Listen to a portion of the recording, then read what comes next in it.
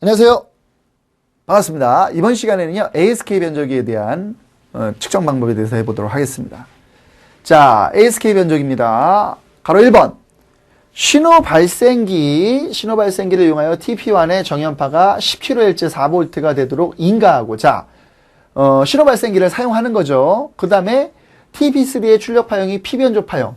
즉, 이렇게 된 파가 나오는 건데, 이게 이제 이런 파가 나오는 건데, 원래 이런 파가 P변조 파입니다. 근데 우리가 아는. 근데 여기는 TP1의 정연파를 가하고요. TP2에서 구형파가 나옵니다. TP2에서 구형파가 발생이 됩니다. 그래서 이런 파형은 안 나오고 이제 ASK파가 나오죠. 구형파와 정연파가 이렇게 섞여서 나오는 파가 나오겠죠. 이런 형식의 파가 나올 겁니다. 이렇게 해서 이런 구형파와 정연파. 그래서 어쨌든 TP3의 출력 파형이 P변조파, 정연파와 구형파가 합히는 거니까 TP1의 입력 신호가 실려 ASK 변조가 되면 회로가 정상적으로 동작하므로 이 경우에만 다음 측정을 진행하십시오. 즉 1, 2, 3가 전부 다 1의 신호 입력 가해주고 2의 구형파가 나오고 3가 1과 2에 의해서 조합된 P변조파가 나와야, 이런 파형이 나와야지만 다음 측정을 진행하라고 했습니다. 그래서 두 번째 뭐예요? TP1의 인간 입력 신호를 오실로스코프와 주파수 카운트에 확인하고 답안지에 기록하십시오. 10kHz 4V를 그리라는 겁니다. 답안지에. 자, ASK 변조기입니다. ASK 변조기는요, NU155단에서 구형파, 비안정말티 바이브레이터 동작을 하겠죠. 구형파 출력을 한 다음에 구형파가 나온 걸 갖고 1496, 변곡조 IC죠. 정연파 신호를, 입력 신호를 여기다 넣어주게 되죠. 그러면 이 구형파 신호와 정연파 입력 신호가 합쳐서 ASK, 진폭 변조가 나는데, ASK라고 해야 될지는 모르겠지만, ASK는 어차피 진폭이 있을 때만 변조가 있는 거니까, 근데 이 구형파랑 그 정연파랑 합성이 된 파가 나오기 때문에 약간 파형이 좀 찌그러지고 이렇게 일그러진 파들이 많이 나올 수가 있습니다. 어쨌든 1496이나 1596 IC를, 변곡조 IC를 써서 우리가 최종 출력에는 구형파와 정연파의 합성된 파형을 볼 수 있을 것 같습니다. 이렇게 되면 ASK 변조기에 대한 회로 설명이 간략하게 마무리가 되는 거죠.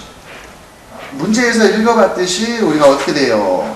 TP1, 여기 TP1입니다. 여기 TP1이 흰색이 아니라 제가 배치할 때 여기는 좀 이쪽을 1로 놓고 이쪽을 2로 놨습니다. 색깔은 상관이 없습니다. 자, TP1에 정연파 10kHz 4V를 인가를 하래요. 그럼 여기 인가를 해서 어떻게 되죠? TP3의 출력 파형이 P변조파, P변조파이고, 그 다음에 TP1, 여기 TP1이죠. 여기 TP1. TP1의 입력신호 캐리어가 실려 ASK 변조, 여기 ASK 변조, 즉 요거와 요에 지금 TP1과 TP2 어떻게 보면 이제 여러분들 정확하게 요게 이제 TP1이고 요게 TP2죠. 이런 입력신호에 지금 문제가 약간 좀 이상한 부분인데 다시 한번 설명을 드리면, 우리가 정확하게 봐야 될 게 이쪽을 TP1으로 봐야 됩니다. TP1. 그죠? 이쪽이 TP2고, 그죠? 이쪽 부분이 TP2입니다. 이걸 바꿔놓을까요? 헷갈리니까 이렇게 바꿔놓겠습니다. 여기를 2, 그 다음에 여기를 1으로 제가 기록하겠습니다. 1. 그죠? 자, 그래서 입력단 TP1, TP2, TP3가 되는데 TP 안에 입력 신호를 집어넣고 TP2의 그 파형이 나오는지도 체크를 해봐야 되는데, 문제, 가로 1번 문제처럼 10kHz 4V를 정연파를 인가를 했을 때 TP3의 P변조 파형이 실리는지 보고, 그렇게 실렸을 때 TP 안에 입력 파형을 집어넣었을 때 우리가 ASK 변조가 되면 정상적으로 동작이 되는 것을 알 수가 있다는 거죠. 자, 그러면 먼저 전압을 인가를 해줘야 되겠죠. 검은 거 접지, 빨간 거 플러스 VCC. 그 다음에 커런트 뜨는 거 확인해 보시고요. 0.02니까 아주 양호합니다. 검은 건 검은 거, 빨간 건 빨간 걸 굴려서 어떻게 되죠? 몇 kHz? 10kHz의 4V, 정연파 10kHz의 4V가 되도록 만들라는 거죠. 오실로스코프와 신호 발생기를 이용을 해서 자, 만들었죠. 이 상태에서 우리가 어떻게 돼? TP1에 이 파형을 인가를 하라고 했죠. 그렇다면 검은 거는 접지에 굴리고, 빨간 건 어떻게 해요? TP1에 물렸을 때 오실로스코프 잭 검은 거를 어디에? 접지에, 그 다음에 2를, 요 오실로스코프 잭을 3에 물렸을 때 이런 ASK 변조 파형이 뜨는지, 이런 파형이 뜨는지를 뭐라고 한 거죠. 이렇게, 요런 파가, 그죠? 도형파, 저형파 이렇게 섞여 있는 파가 뜨는지를 확인해 보라는 거죠. 이렇게 확인했을 때 우리가 어떻게 돼? TP1의 입력 신호. 자, TP1으로 다시 잭을 갖다 놓고 TP1으로 다시 갖다 꽂으면 이런 입력 신호가 나오면 다시 정확하게 정상 동작대응으로 이 경우에만 측정하라고 했습니다. 이게 가로 1번에 대한 내용입니다. 가로 1번에 대한 내용을 여러분들이 정확하게 인지를 해주셔야 됩니다. 그 다음에 가로 2번으로 한번 넘어가 볼게요. 가로 2번은 TP1에 인가한 입력 신호를 오실로스코프와 주파수 카운터, 요거를 오실로스코프와 주파수 카운터로 쓰라는 겁니다. 그러면 이렇게 조정을 해서 잡아가지고 요 파형을 그려주시면 되고, 주파수는 얼마겠어요? 10kH고요. 전압은 4V, 타임 디비전은 20 마이크로세컨드, 보조 디비전은 1V가 되겠습니다. 그 다음에 주파수 카운터로 내려가서 찍어보면 어떻게 되죠? 13kH니까 자문이 좀 있네요. 로우 패스 필터를 누르면 10.070kHz 이렇게 보시면 되겠죠. 자, 그다음 로우 패스 필터를 다시 원 상태에 놓고요. 레벨 미터에 이제 신호를 가게 되면 50, 40, 30, 20, 10 0이면 오른쪽 끝까지 가네요. 플러스 10이 났을 때 바늘값이 마이너스 5.5 정도 됩니다. 마이너스 5.5. 그렇게 되면 4.5 dBm이 되겠죠. 됐죠? 이렇게 되면 우리가 가로 2번, 즉 TP1에 대한 답안 측정이 끝나게 되는 거죠.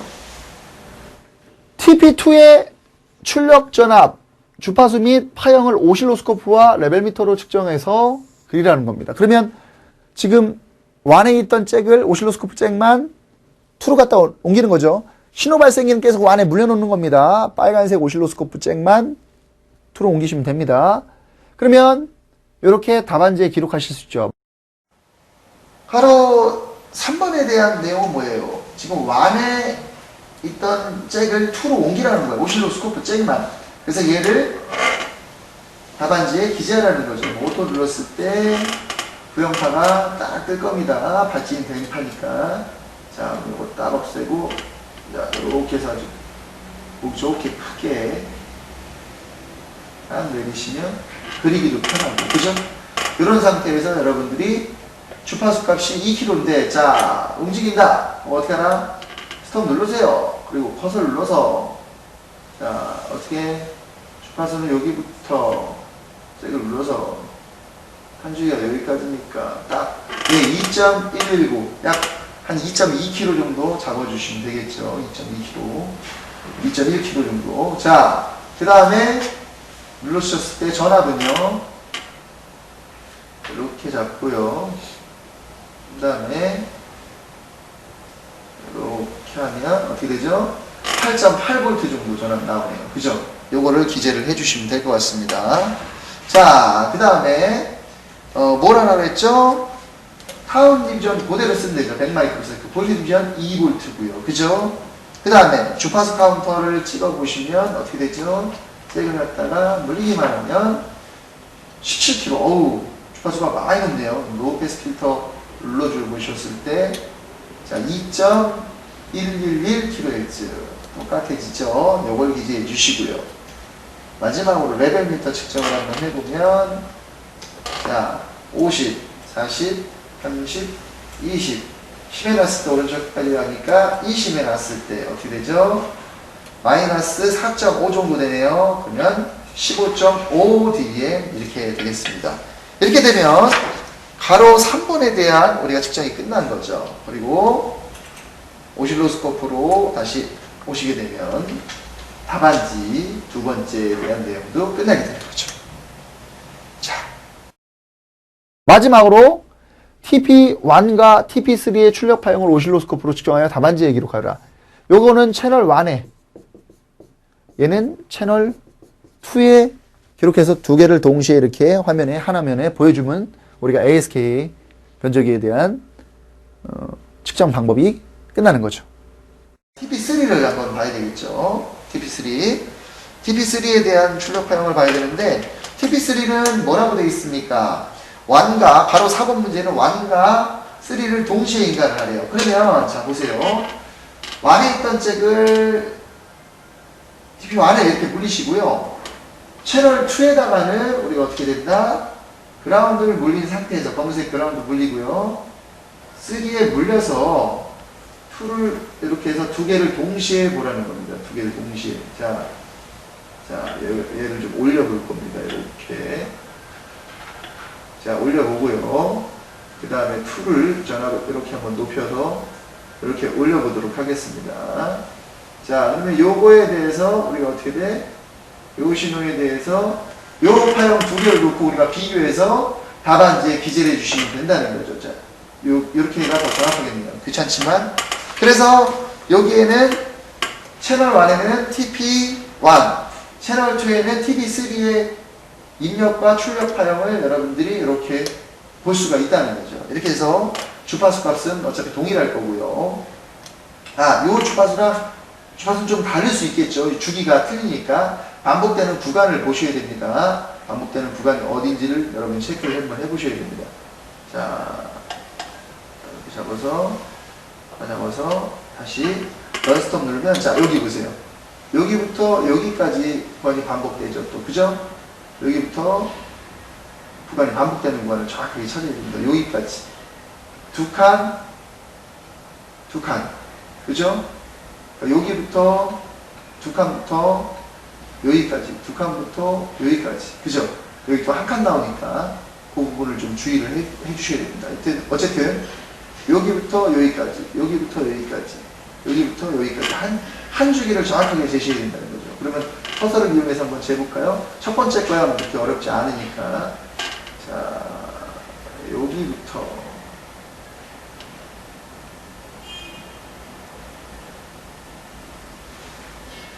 여기까지를 한번 재주시는 게 정확하다는 거죠. 그러면 주파수가 나오겠죠. 채널 2에 대한 거니까 여기 1.9km, 약 2km 정도가 나오겠네요. 우리가 10km를 넣어서 분주가 돼서 약 2km 정도가 나온다고 볼 수 있습니다. 그 2km랑 전압값이 좀 틀리죠. 그러니까 TP1은 그대로 쓰시면 되고요. TP2는 어떻게 쓰면 됩니까? 주파수는 2km 정도 쓰시면 되고요. 전압은 한 칸, 두 칸. 두 칸이 안 되죠. 지금 1V 해놨을 때 두 칸이 안 되니까 전압을 한번 재볼까요?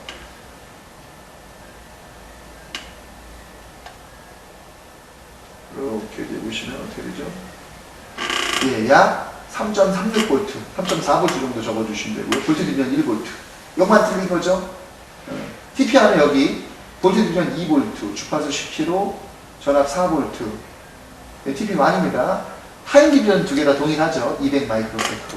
이렇게 해서 1채널에는 TP1, 2채널에는 TP3. 이렇게 해서 완벽하게 ASK 변조가 된 거를 우리가 볼 수가 있는 거죠. 자, 이 ASK 변조기는 고장구간 판별이 딱 두 가지입니다. 두 가지만 잘 해주시면 됩니다. 애니홈에 보신 것 단에서 구형파가 나오나 그거 하기 위해서 2번, 6번 체크를 해보셔야 되고요. 그 다음에 1496단에서의 신호가 제대로 들어가나만 확인해 보시면 돼요. 이 신호가 들어가는 거랑 6번 핀과 12번 핀의 전압이 뜨는 것만 확인해 보시면 돼요. 특히 6번 핀의 전압이. 자, 그래서 한 두세 가지 정도만 해주면 되는데, 자, 보세요. 2번, 6번 라인에 제대로 이렇게 삼각파가 뜨는지, 요것만 확인을 좀 해줘 보시면 충분히 이 회로는 가능할 것 같습니다. 2번, 6번 단.